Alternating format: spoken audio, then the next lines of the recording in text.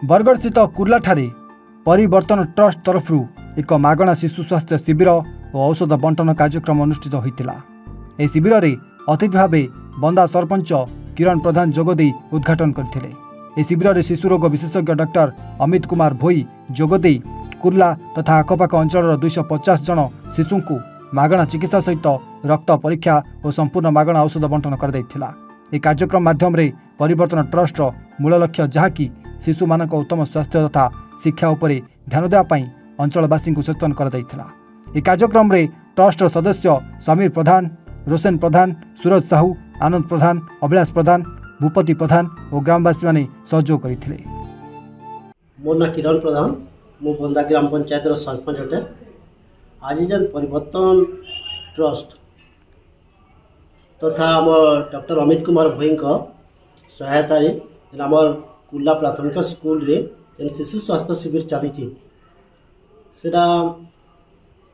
ग्रामवासी सहायता तथा आम वार्ड सभ्य जन अच्छा से सहायता बहुत सफल होबार के जाऊे। नमस्कार बंधुगण, मुई डॉक्टर अमित कुमार भोई आज परिवर्तन अनुष्ठान और ग्राम्य सरपंच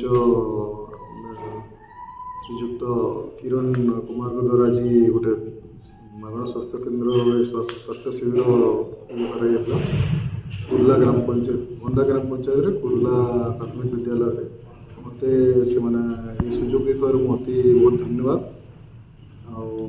आज बहुत गुड़े शिशु को देखाला, बहुत गुड़े सुविधा असुविधा छुआ बुझाला। नमस्कार, मुई समीर कुमार प्रधान, परिवर्तन ट्रस्ट गोटे मेंबर।